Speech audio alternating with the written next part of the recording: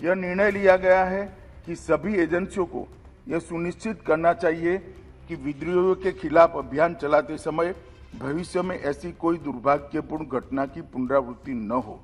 सरकार स्थिति पर सूक्ष्मता से नजर रख रही है। ভুল বোঝাবুঝির জেরেই গুলি আর তাতেই প্রাণ গিয়েছে 14 নিরীহ মানুষের। সংসদে জানালেন স্বরাষ্ট্রমন্ত্রী অমিত শাহ। ঘটনায় রাজ্য পুলিশ তদন্ত করবে। নাগাল্যান্ডে সেনাবাহিনীর গুলিতে সাধারণ মানুষের মৃত্যুর ঘটনাকে গভীর দুঃখজনক বললেন স্বরাষ্ট্রমন্ত্রী অমিত শাহ। সেই সঙ্গে সোমবার সংসদে তিনি বললেন, বিশেষ তদন্তকারী দল গঠন করা হচ্ছে। পুরো ঘটনায় নিরপেক্ষ তদন্ত হবে। 1 মাসের মধ্যে তদন্ত প্রক্রিয়া শেষ করার নির্দেশ দেওয়া হয়েছে। इस संदर्भ में एक विशेष जांच टीम एसआईटी का गठन किया गया है, जिसे 1 माह के अंदर जांच पूरी करने के निर्देश दिए गए हैं। उपरोक्त घटना के पश्चात दिनांक 5/12/21 की शाम में लगभग 250 लोगों की उद्वेलित भीड़ ने मौन शहर में असम राइफल की कंपनी ऑपरेटिंग बेस पर तोड़फोड़ की। भीड़ ने सीओबी के मकान में आग लगाई, जिसके उपरांत असम राइफल की टुकड़ी को भीड़ को तितर-बितर करने के लिए गोली चलानी पड़ी।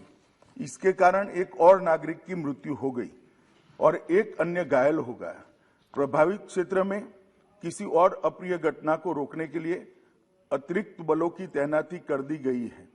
सेना की 3 कोर मुख्यालय द्वारा एक प्रेस वक्तव्य जारी किया गया है, जिसमें निर्दोष नागरिकों की दुखद मृत्यु के घटनाक्रम पर अत्यधिक दुख सेना द्वारा व्यक्त किया गया है। सेना द्वारा इन दुर्भाग्यपूर्ण मृत्यु के कारणों की जांच उच्चतम स्तर पर की जा रही है और कानून के अनुसार समुचित कार्यवाही की जाएगी।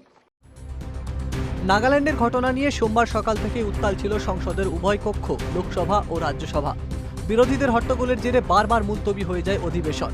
বিকেল 3টের পর সংসদে বলতে শুরু করেন কেন্দ্রীয় স্বরাষ্ট্রমন্ত্রী। ঘটনাক্রম কেমন ছিল তা সংসদে জানিয়ে ঘটনার প্রাথমিক অনুসন্ধানের জন্য ইতিমধ্যেই স্বরাষ্ট্র মন্ত্রকের অতিরিক্ত সচিব পর্যায়ের এক আধিকারিক কোহিমায় গিয়েছেন বলে জানান অমিত শাহ। কিন্তু লোকসভার বিরোধী দলনেতা অধীর রঞ্জন চৌধুরী দেশের সুরক্ষা ব্যবস্থা নিয়ে প্রশ্ন তুলেছেন। পাশাপাশি ক্ষতিগ্রস্ত পরিবারগুলিকে আর্থিক সহায়তার দাবি তুলেছেন অধীর রঞ্জন চৌধুরী। सारे नागालैंड से जो खबर मिल रही है उसके साथ इनकी बयान की ताल्लुकात हमें नहीं देख पा रहे हैं। सुबह से हम लोग ये मांग कर रहे हैं कि क्यों बेगुनाह लोगों पे इस तरीके की गोलीबारी चलाई गई और इसके साथ साथ हमारा सिक्योरिटी पर्सनल, हमारे फौज की लोग, उनका भी मौत हुई है। क्यों ऐसा हो रहा है? ये सारे पीड़ित परिवारों को आर्थिक मुआवजा की ऐलान करे। कम से कम ये लोग ये तो सोचे कि सरकार हम पे इनका जो रवैया है इसमें सरकार हमारे साथ है, हमें मदद करना चाहते हैं। 4 ডিসেম্বরের ওই ঘটনায় সেনাবাহিনীর 21 প্যারা স্পেশাল ফোর্সের বিরুদ্ধে শতপ্রণোদিত মামলা রুজু করেছে রাজ্য পুলিশ। এফআইআরে খুনের চেষ্টার মামলা রুজু করা হয়েছে 21 প্যারা স্পেশাল ফোর্সের বিরুদ্ধে। মর্মান্তিক ঘটনার প্রতিবাদে রাজ্য জুড়ে সকাল 6টা থেকে দুপুর 12টা পর্যন্ত বন্ধ ডেকেছিল Naga student federation. A total of 14 casualties, 13th on 4th December and 1 on 5th. The 4th and 5th December is declared as a Black Day and it shall be declared. Today, the Armed Force Special Power Act, which is the Draconian Act, is being misused by the Indian Armed Force. And the government of India sitting in New Delhi, they do not understand the policies that is killing the innocent lives for more than a decade. Eastern Nagaland people's অর্গানাইজেশনের পক্ষ থেকে ভোর থেকে desk বন্ধের ডাক দেওয়া হয়। মন জেলায় 144 ধারা জারি। 5 জনের বেশি ব্যক্তি একসঙ্গে যেতে পারবেন না সেখানে। অন্যদিকে সোমবার তৃণমূলের সংসদীয় কমিটির একটি প্রতিনিধি দল মন জেলায় যাওয়ার কথা থাকলেও নিরাপত্তাজনিত কারণে তা আপাতত স্থগিত রাখা হয়েছে এদিন।